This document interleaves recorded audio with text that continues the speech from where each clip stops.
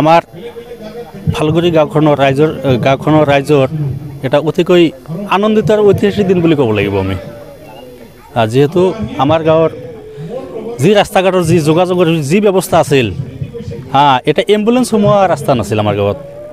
তা আমাৰ যি কি নহওক, আমাৰ 29 নম্বৰ কোকৰাঝাৰ পশ্চিম বিধানসভা সমষ্টিৰ সন্মানীয় ৰবিৰাম নাৰ্জাৰী ডাঙৰীয়াই দুটা ৰাস্তা একেলগে মুকলি কৰি দিল।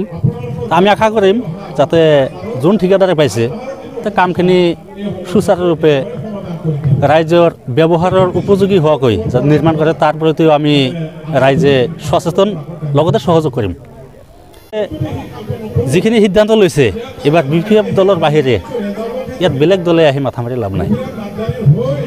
বহুত লিডাৰ আমি দেখিছোঁ, MP দেখিছোঁ, MLA দেখিছোঁ, GM MCLA দেখিছোঁ, কিন্তু লোকেল বডি হিচাপত আমাৰ এই গাঁওখনৰ উন্নয়নৰ বাবে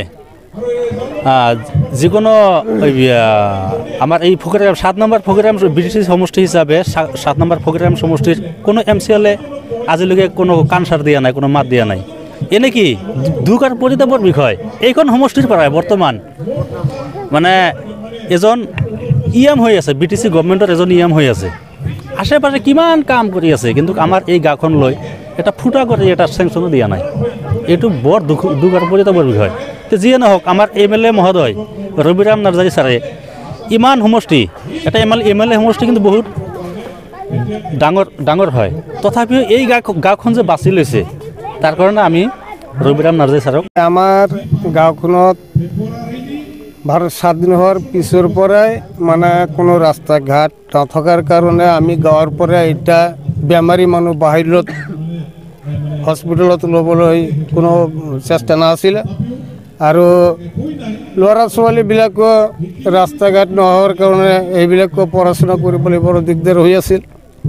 আমিও পাৰঘাট হ'ব নোৱাৰা হ'লোঁ। তো যি নহওক, আমাৰ 29 নং পশ্চিম সমষ্টিৰ বিধায়ক মহোদয়ে যিটো কাম আমাক দিছে হাতাচাৰাৰ পৰা আমাৰ ফালুগুৰিলৈ, আৰু ফালুগুৰিৰ পৰা ভুৱননগৰলৈ যিটো ৰাস্তা দিছে, আমি এইটো বহুত আনন্দিত পাইছোঁ, বহুত ধন্যবাদ জ্ঞাপন কৰিছোঁ আমাৰ ছাৰলৈকে।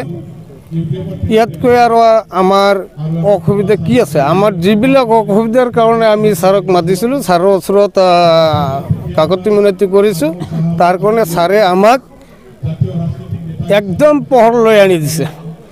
আজি আমাৰ গাঁৱত আমাৰ ইলেক্ট্ৰিক নাছিলে, বিদ্যুতৰ কোনো ব্যৱস্থা নাছিলে, আমাৰ ছাৰৰ নেতৃত্বত আমি পাইছোঁ, আৰু আমাৰ ছাৰে বাৰিষা কালত আমাৰ এই গাঁওখনৰ পূব উত্তৰ ফালে গৰাখহনীয়াই ভাঙি লৈ গৈ আছিল।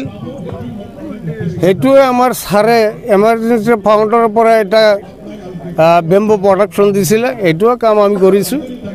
তো যিয়ে নহওক, আমাৰ ছাৰে যিখিনি কাম কৰি আছে আমি বৰ ভাল পাইছোঁ, আমাৰ ৰাইজেও ভাল পাইছে। ৰাইজে আকৌ মানে ইয়াত হয়তো যদি ছাৰে MLA বা MP যদি খেলিবলৈ ইচ্ছা কৰে, আমাৰ গাঁৱৰ মানুহবিলাকে তাৰমানে যোৱা ইলেকশ্যনত যিটো ভোট দিছিল, এতিয়াতো ভোট আৰু বাঢ়িছে। আমি আটাইবিলাকে আমাৰ এই ছাৰৰ কাৰণে আমি সদায় লাগি থাকিম, আৰু ভোটদানত কোনো অসুবিধা নহ'ব।